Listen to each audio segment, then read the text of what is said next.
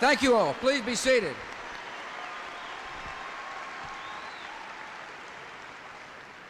Thanks for coming. More importantly, thanks for letting me come. We're here to have a dialogue with some of our fellow citizens about Social Security, but I've got some things I want to share with you before we get there. First, this is a serious conversation, and it's an important conversation because it's a conversation about the future of the country.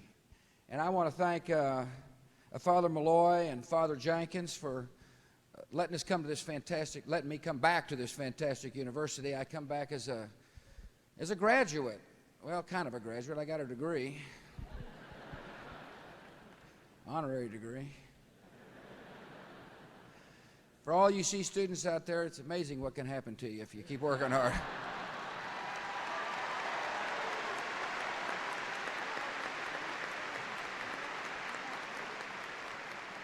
It's such an honor to be with Father Hesburgh as well. What a great American. I'm proud to be in your presence, sir.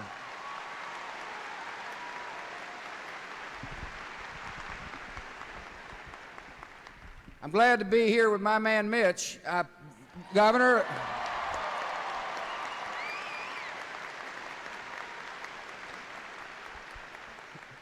we miss you. He was a solid member of my cabinet, and he's a solid buddy. Laura sends her best, by the way. She's doing great.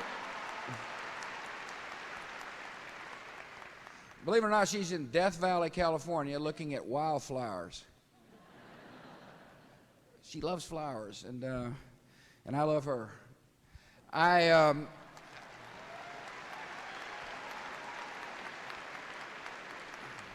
appreciate Congressman Chris Chicola. He is a strong leader. See, I've been up there long enough to be able to determine who knows how to lead and who's just up there holding office.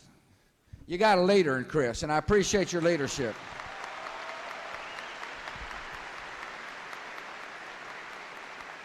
Congressman Mark Souders with us. Mark, thanks for coming. Appreciate working with you as well. I know the Attorney General's here. Attorney General Steve Carter, thank you for being here, General. Mayor Lickey is with us. Mr. Mayor, I'm honored you're here. Thanks for, you tell those firefighters and policemen how grateful I am for them having to stand out in the cold to deal with my entourage. But thanks very much. Mayor Jeff Ray, good to see you, Jeff. Thanks a lot. Most of all, thank you all for sharing your time and paying attention to some crucial issues. First, I do want to talk a little foreign policy. You know, I believe deep in everybody's soul is the desire to live in freedom. I told a lot of people around the country that freedom is not America's gift to the world. Freedom is the Almighty's gift to each person in this world, and that's what I believe.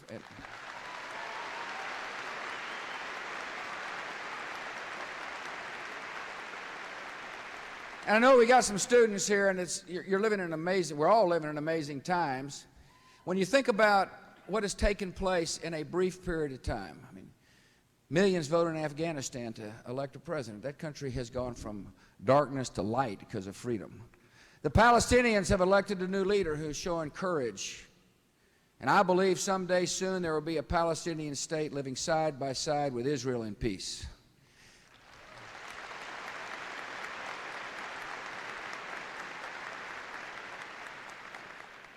The Iraqis defied the terrorists and went to the polls by the millions because they want to live in a free society.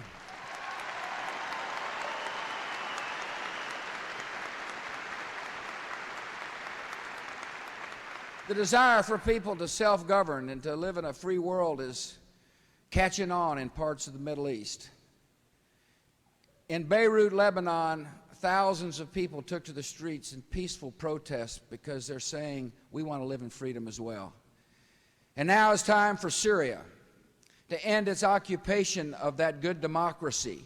They need to remove all their troops, all their secret services, They need to listen to the voices of not only the United States and France and other European countries, but the voices of people like Crown Prince Abdullah from Saudi Arabia. The leader of Syria must understand the world is speaking with one voice.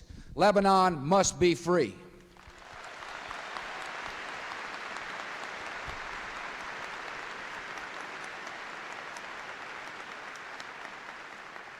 And the reason that's important is because free societies will help keep the peace we all want, the peace for generations to come, so young and old can grow up in a peaceful world regardless of your home country. I believe this world is becoming more peaceful. And when it becomes more peaceful, all of us who've been involved in public policy and all who've served our country can know we have done our duty for generations to come. We got some good news today about the economy. The economy added 262,000 new jobs last month.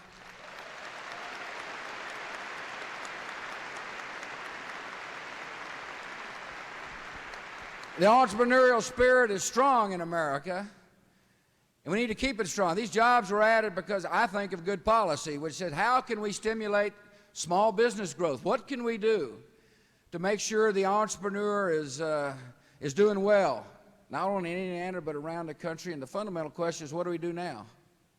I believe firmly that the scales of justice are not balanced in America. We need legal reform. We got a good class action bill to my desk. Republicans and Democrats supported it. We now need to get asbestos reform so people don't get driven out of work. And I'll tell you another reform we need in the halls of Congress. We need medical liability reform so good doctors aren't run out of practice.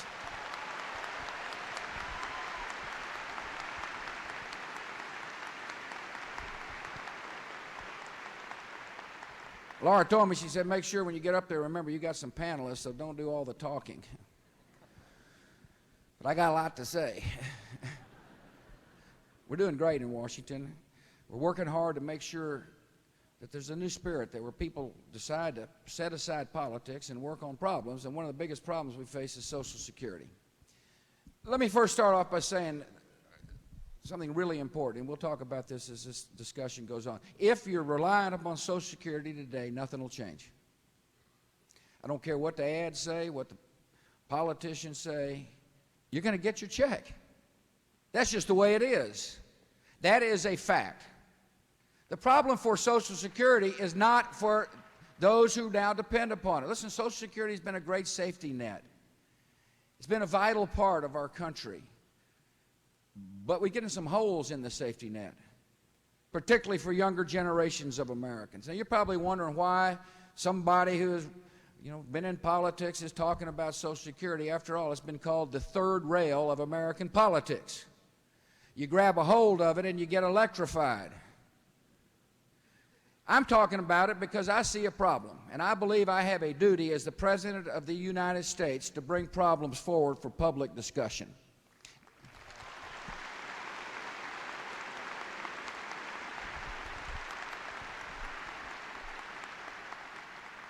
So I'm traveling our country, which I like to do, by the way, talking about the problem and reassuring seniors that you don't have anything to worry about unless you're worried about your grandkids, like most seniors are. And here's the problem.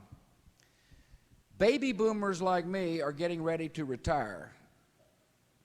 Starting in the year 2008, a lot of us will turn the age of 62 years old. That's where the leading edge of the baby boomers are. That would be me. Is that you, Mitch? Almost, yeah. You don't look it. We got a lot of us. See, there's a bulge of retirees getting ready to retire. And we're living longer than the generation before us. You've got a lot of people getting ready to retire who are living long years. And yet the government has promised us benefits that are much greater than the previous generations. So you're beginning to get a sense for the math. A lot of people living longer being promised greater benefits. And the problem is, as you can see on this chart, that the number of workers paying into the system is shrinking dramatically. In the 50s, it was 16 to 1. 16 workers paying into the system for every retiree.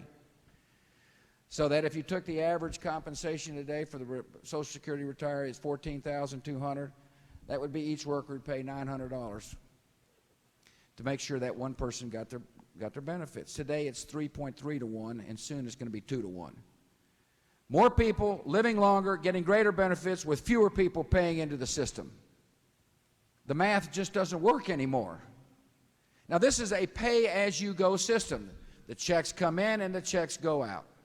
Some of you probably think, when you think about Social Security trust, that there's a bank account with your name on it, that the government is dutifully collecting your money so that it'll accumulate over time and pay it out. That's not what works.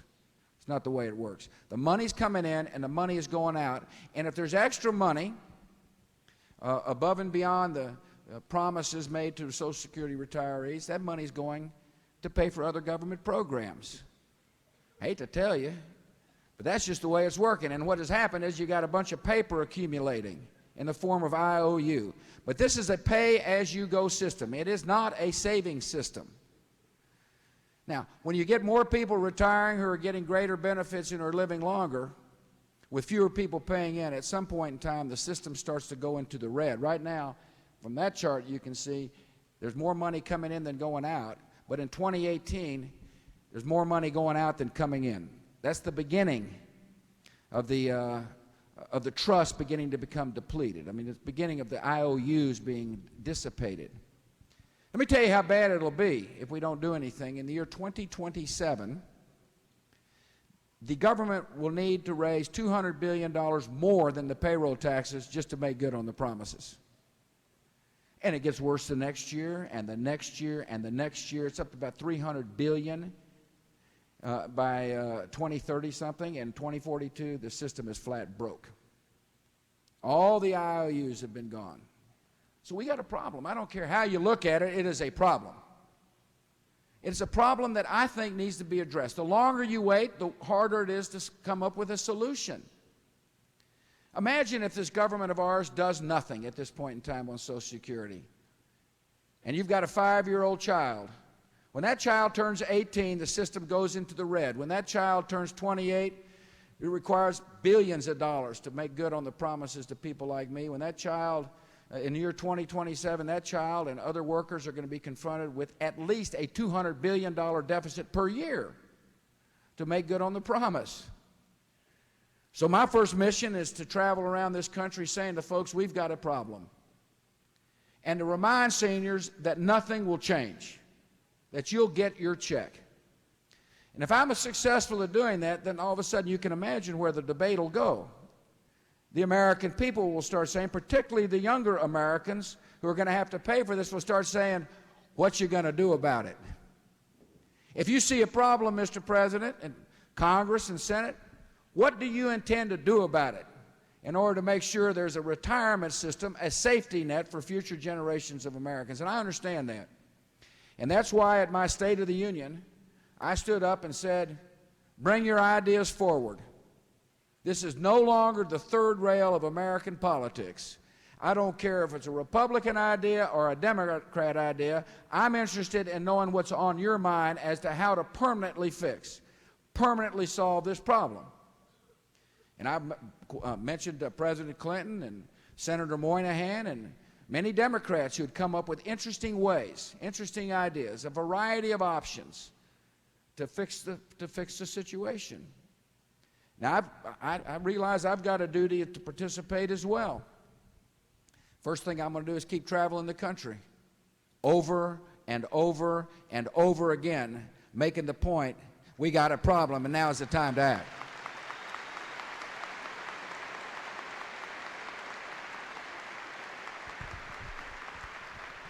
But I want to share with you an interesting idea, an idea that I think will make America a better place, and that is, I believe that as part of a Social Security reform package, younger workers ought to be allowed to take some of their own money.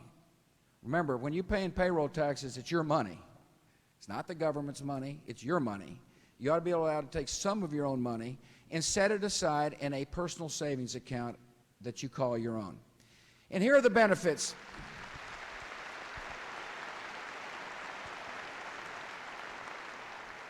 And here's the benefits as I see them. First, there's something called the compounding rate of interest. In other words, if you set aside dollars over time, they will grow with interest. And it compounds. It gets bigger and bigger and bigger. Now, you say, well, why can't that happen with my own money now? Well, it can, but it's a paltry rate of return compared to conservative stocks and bonds. If you put your money in a conservative mix of stocks and bonds, the rate of return you'll get on your money is significantly greater than that which the government is getting for you. And that's important. Take, for example, the idea I suggested to Congress that a worker ought to be able to take 4% of the payroll taxes and set it aside in a personal account. And if you average $35,000 over your life as a worker and set aside that money in a personal savings account, over time, the money you've set aside will grow to $250,000. That's on a worker earning $35,000. That's your money, $250,000. Now, what would that be used for? That would be in addition to that which the government can afford to pay you. In other words, a personal account is on top of the check you're going to get. The government can't possibly pay the promises we have made, as you've seen from the charts. It's just impossible to do so. So my idea is to let you take some of your own money, set it aside, let it earn interest over time, let it grow, let it compound with interest, so that the money you end up having for retirement is closer to the promise the government has made. Second benefit, it's your money. And when you pass on, you can leave it to whomever you want. That's not the way the system works today. The system works today.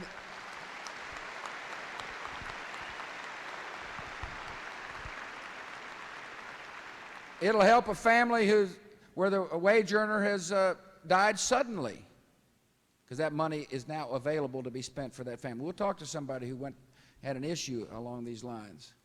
I'll tell you another thing I like about it. I like the fact that people can own money. There is a myth in America that only certain people can be an investor.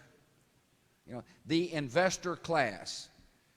You've heard that discussed before. I guess that's kind of the pinstriped Wall Street types. That's not what I think about America. I think everybody in this country has got the capacity to manage a personal account. I think everybody should be allowed to be able to take his or her own money and watch it grow over time. Now, you can't put it in the lottery. You know, you can't take the money and shoot dice with it. There will be guidelines. There will be a conservative mix of investments. And guess where you can find a go-by for this type of system? Federal employees are allowed to do just this in the Federal Employee Thrift Benefit Plan. That's exactly what happens at the federal government right now. They say if you're working for the government, you can set aside some of your money and you can invest it in a conservative mix of stocks and bonds so that you can get a better rate of return. Fourth, I think it makes sense to have people open up a quarterly statement and watch how their wealth is growing. Certainly cause people to pay attention to what's happening in Washington, D.C. It'll make people wonder what, the policies are. The policies that are being articulated good enough to continue to make sure our economy continues to grow? When you own something, you have a stake in the future of the country. So I think this is an idea worth discussing. And I put it out there for people to debate and listen to and argue about. But one thing is for certain that Congress needs to know, that we have a problem that needs to be addressed. And if somebody's got some better ideas, I'm looking forward to hearing them. I'm looking forward to the people around our country saying to the elected members of this Congress of ours, we got a problem. Now we expect you as an elected leader to come to the table and solve it now before it is too late. And that's what I want to discuss here.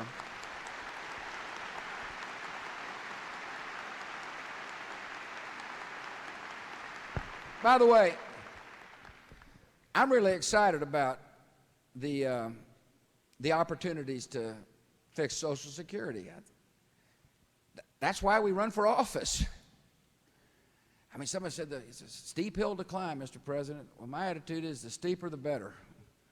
Because when you get up top, you realize you've left a significant contribution behind. And that's the spirit in which I go into this dialogue with members of both political parties.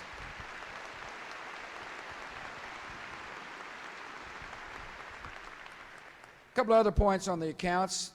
One, you can't take out all your money when you retire. In other words, the account is there to add on to that which the Social Security system is giving. It's in addition to.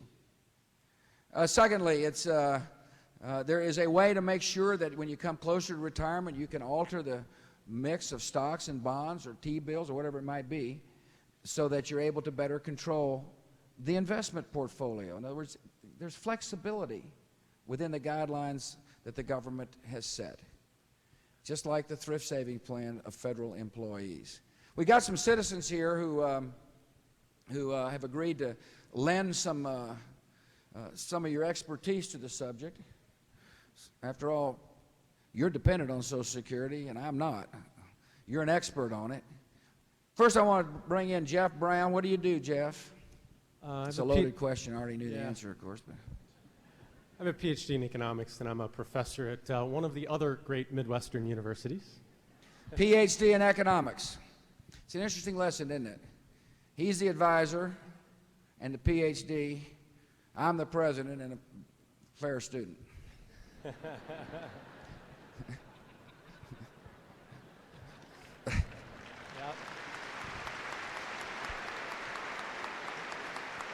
All right, Doc.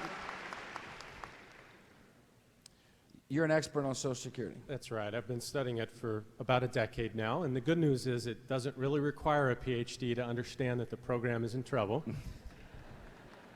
Well, give people your thoughts, seriously. Sure.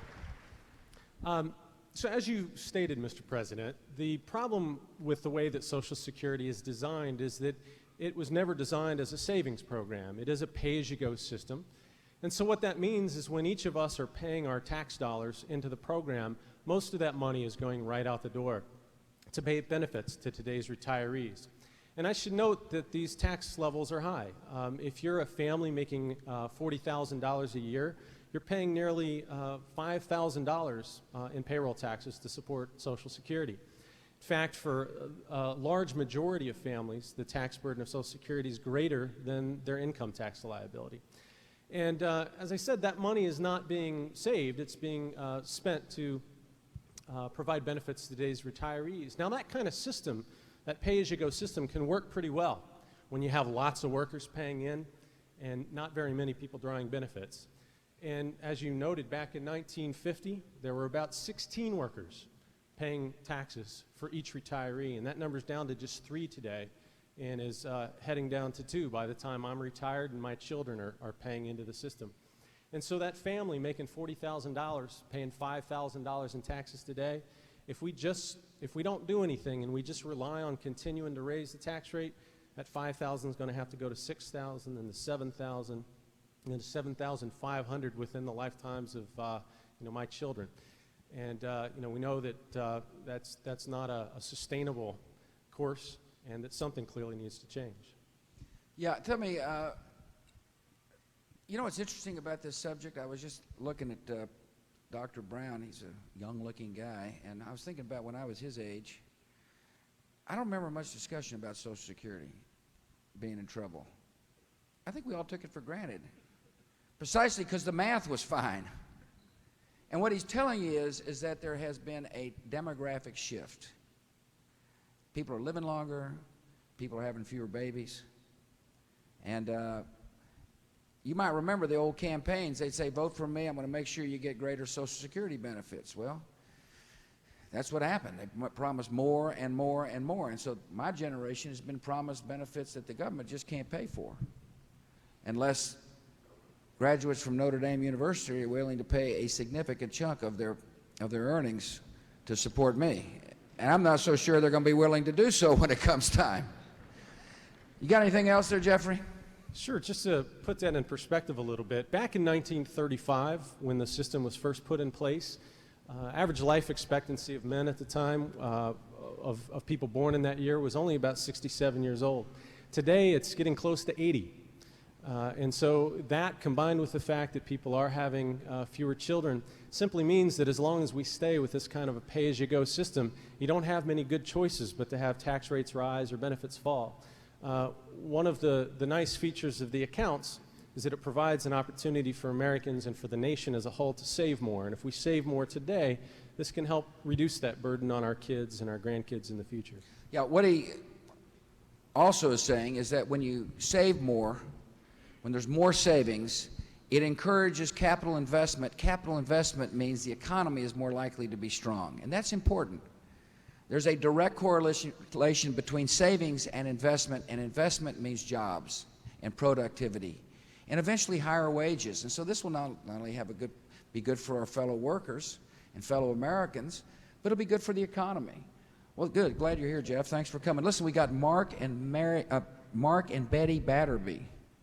Isn't that right? That's right. All right. That's right. Okay, where do you live? We live in Edwardsburg, Michigan. Good. Welcome. Glad the people of Indiana let you in. Yeah, they do. We're from Michiana. Yeah, you're Michiana, all right? Yeah, right. You got some children? Yes, we do. Together, Mark and I have 11 children. We have a very large family, which 7 of them are here today. 7 are here. Good. Yeah, they're over here. There they are. Make sure you listen to your mother. We have 35 grandchildren.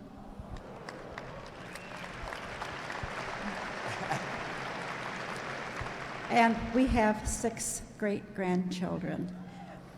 But first, Mr. President, I think it's an honor to be here. I'm so delighted. Well, thanks for coming, Betty. I And appreciate you being here. I have a message that I would like you to take to Laura. We think she is a gracious and adorable First Lady, and we're so proud that she's our First Lady. Thank you.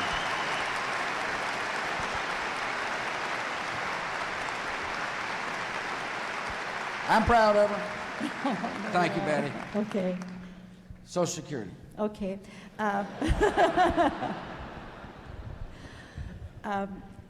My first husband died when he was 54, and I was 52. My first husband paid into Social Security for over 37 or 38 years. I really don't know when he started working. But when I remarried, I received none of these benefits. Yeah. And so if I would have had this plan that Mr. President is talking about, at least I would have gotten something from it. Yeah, let's stop there. This is an important point. Her husband had paid into the system. She was too young for survivor benefits, and therefore the money they paid in the system just went away. There was nothing. Here's a man who'd worked, supported his family, paid payroll taxes, passed away early, and she had zero. I don't think it's a fair system. If we had personal accounts, there would have been an asset that this family had earned. You're doing great. Keep going. I'll let Mark talk. You want to introduce Mark? Oh, this is my husband. I'll Yeah. let him talk. I was wondering who he was sitting there, you know. Very good job. Mark, thank you. Tell everybody what you did. My name is Mark Batterby, and this is my very gracious wife, Betty. I served as a pastor in the missionary church for over 40 years, both in Michigan and in the Michiana area. I retired just about 3 years ago. I have to say something, Mr. President. How much I appreciate, and I believe how much we appreciate, the strong leadership that you have provided in the office of President of the United States. I appreciate that. Thank you.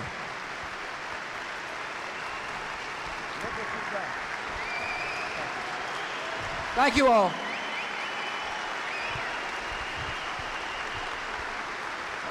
Okay. We got to go back to work here. Thank you. Thanks. Also, I want to say that as a quote, maybe I shouldn't, as a quote evangelical myself, I want to say how much I have appreciated the moral and leadership that he has provided for all of us, and the fact that he has been an example for the youth of America and for everyone. Well, thanks, Mark. Now to business. Yeah. Now We'll we get got down the to preacher business. over with. Let's head toward the pocketbook. I realize that as far as I'm concerned, because of my age, these savings accounts do not apply to me. However, I wish that 30 years ago, when I began to pay Social Security, that I would have had the opportunity to set aside a portion of my Social Security for these special accounts. I would be much better off today had that been the case. Let me ask you something, Mark. Sorry to interrupt. You get Social Security now. Does it matter? Yes, today Betty and I, Social Security provides a great part of our day-to-day expenses, and we appreciate that very much. However, I have a number of children. You've already seen them out here. Children, grandchildren, and great-grandchildren that when their time comes to receive Social Security, apparently there will be none. And I want to express my appreciation for what Social Security has done for me, but I also want to say that I realize that something has to be done. Something has to be done in the area of Social Security if my children and grandchildren and great-grandchildren are going to have an adequate retirement at the end when their time comes. Yeah, I appreciate that, Mark. This is a generational issue when you think about it. See, this good couple counts on their Social Security check, and there are a lot of people that really do rely upon the check. It's important for people to know we know that. I know it. And we would never put anything in place that would cause this couple not to get their check, not to have the government promise fulfilled. And that's really important for people to hear. But this is a generational issue beyond that. You're hearing how many grandkids? 34? 35, yeah. It keeps growing. Either that or I didn't hear you right. There are a lot of people who are saying, once I'm confident that I'm going to get my check, older Americans should be saying to members of Congress, what about my grandkids? Because we have a significant problem for our grandkids coming up and for kids. And I want to thank you all for joining us. We were talking earlier, and one of the things that made me feel great was when they both said, I don't worry about my check being taken away from me. That's right. And that's important for me to hear. You know, when you launch a dialogue like this, one of the things that a president must be mindful of is creating uncertainty amongst people who depend upon their check. And so I'm going to spend a lot of time assuring our fellow citizens that when you talk about reform, you're not talking about making sure that you don't get the promise. And so I want to thank you all for sharing that with me. Thanks for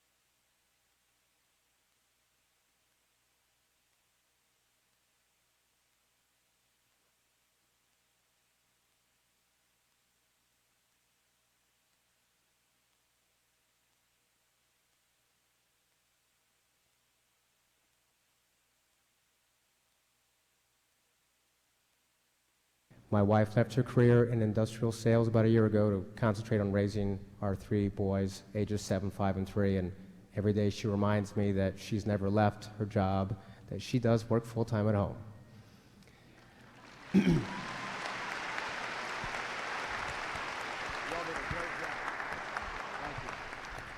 I've recently paid my student loans off, so now I'd like to concentrate on setting aside money for my children's future educational expenses.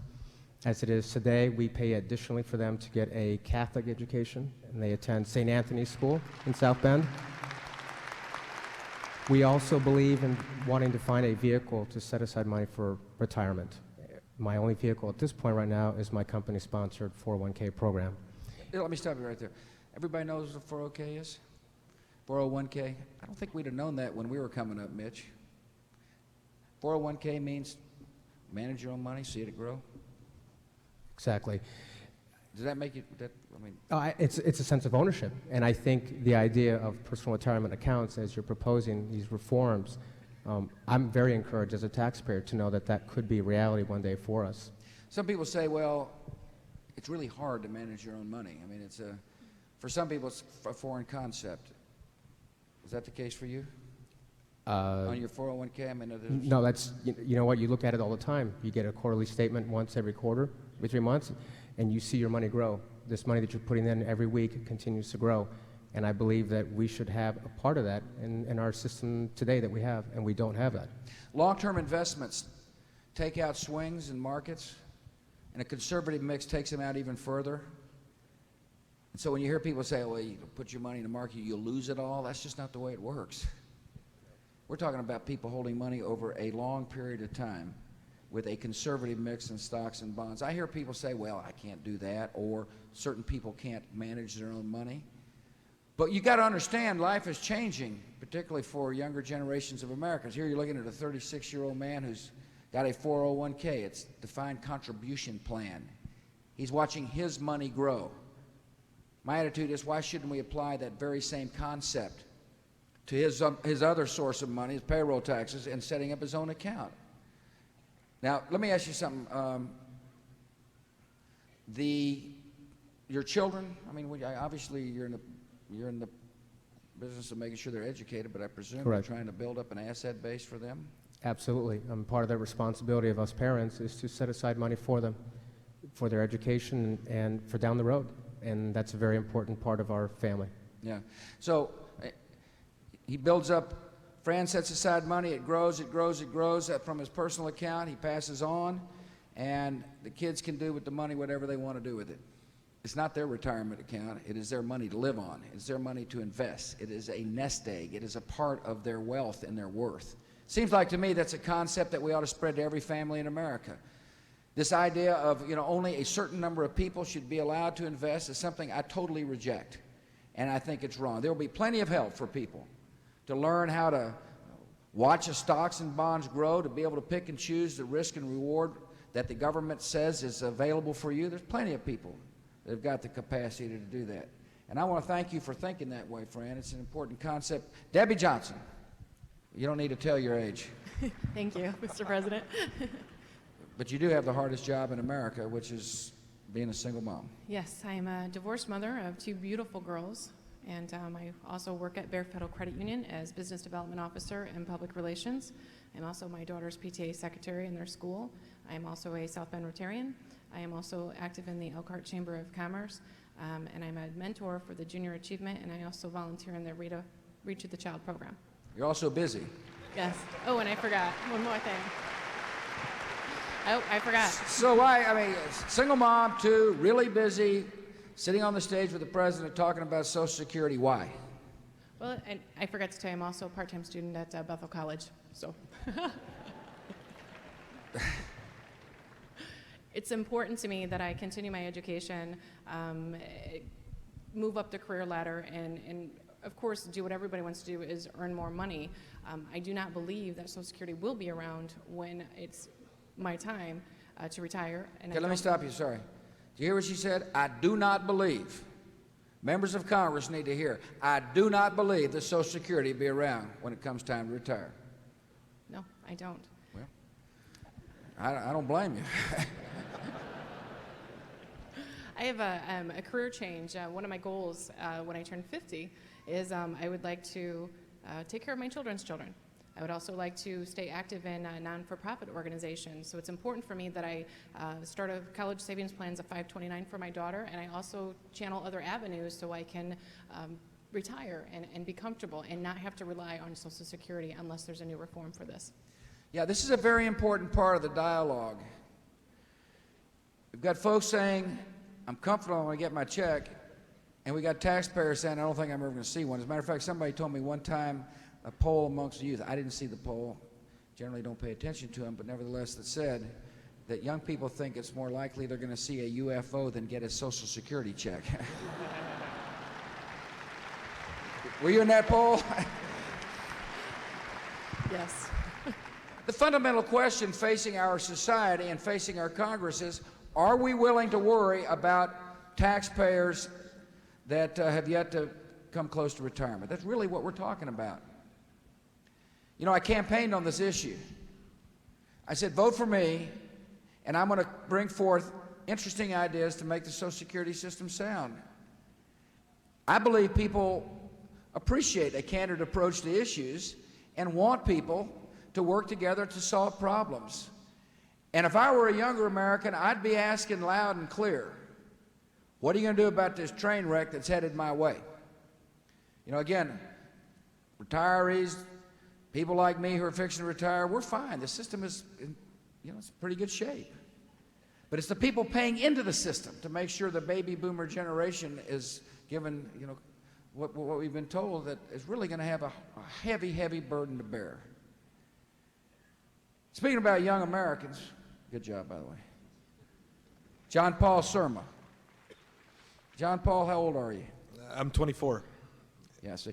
Anybody here from Notre Dame, that's not much older than you, so you need to be paying attention to this. 24, I'm from Rolling Prairie, Indiana. It's about 20 miles from here. Rolling Prairie. Yeah. 500 people. Yeah? Yeah.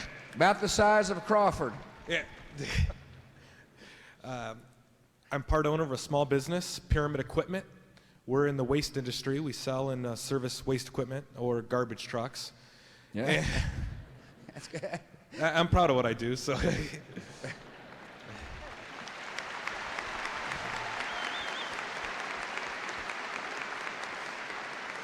I'm proud you're an entrepreneur.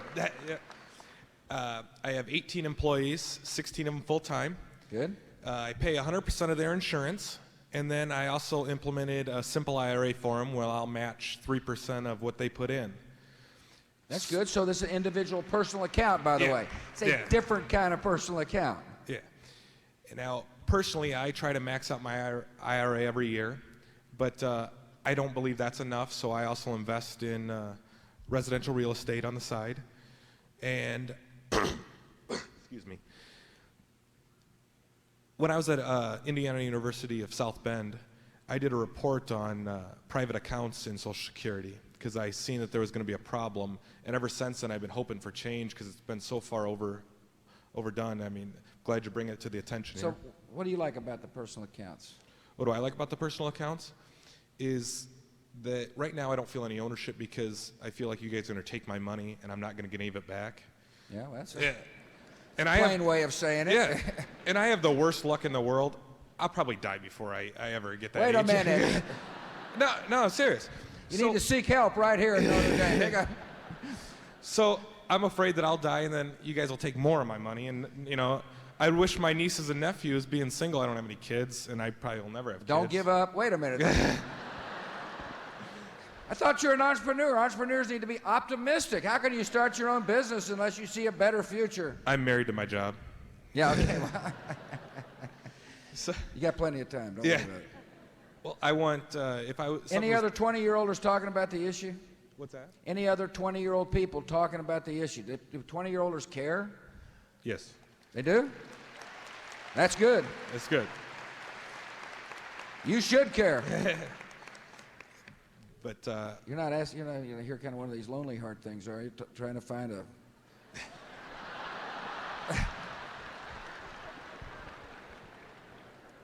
I'm not going to lie. I was looking out in the crowd.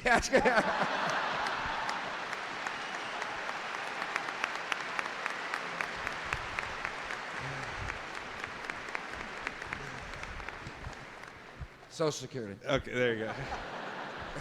So like I was saying, if something happens to me, I want my nieces and nephews to get the money I paid in.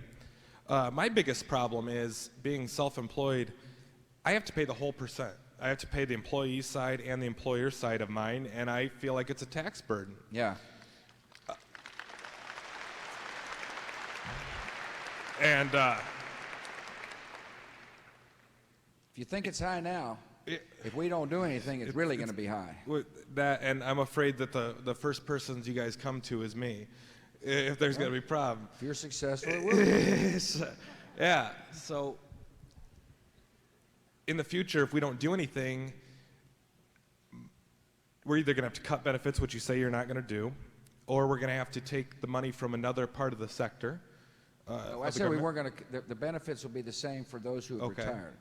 I have said we can't afford the benefits that have been promised. All right. That's important to hear. And the best way to make sure we come closest to the benefits which have been promised, come closest to them, is to allow people to take and have that money compounded. That's how we get closest to the promises. But benefits will not be changed for seniors. But beyond that, from 1950 and before, people have been born from 1950 on, there is a serious problem. I mean, let me make that clear. But my thing is, if we don't do anything, we're going to have to probably then raise taxes, and at 35% tax bracket is already too high as it is, in my opinion, and it's hurting economic development. And it spurns investment. Good job. I want to thank you all for joining me on this. I do want to say one other thing. When I landed, I met Lucy Kimenetz. She was at the foot of Air Force One. She is a volunteer here in this part of the world with Busy Hands program. It's an interesting way for somebody to contribute to somebody's, to help somebody have a kind of a bright spot in their life. She makes little dolls for children in hospitals and passes them out. She's chosen to do this because she's heard a call, to love a neighbor like you'd like to be loved yourself. We talk a lot about the strength of America being, our great influence in the world, or our economic engine, and hopefully we'll solve Social Security so that that economic engine continues. But the true strength of America is in the hearts and souls of our fellow citizens. I remember coming to Notre Dame in my graduation speech. I talked about the call to service, the need for people to realize that a contribution to your country can be made in all kinds of ways, particularly contributions that come to help those who hurt, and those who wonder whether or not the American experience is meant for them. Lucy, I love to, where is Lucy? She's somewhere around here, I know. Oh, Lucy, thank you for coming. I appreciate you being here. She volunteers.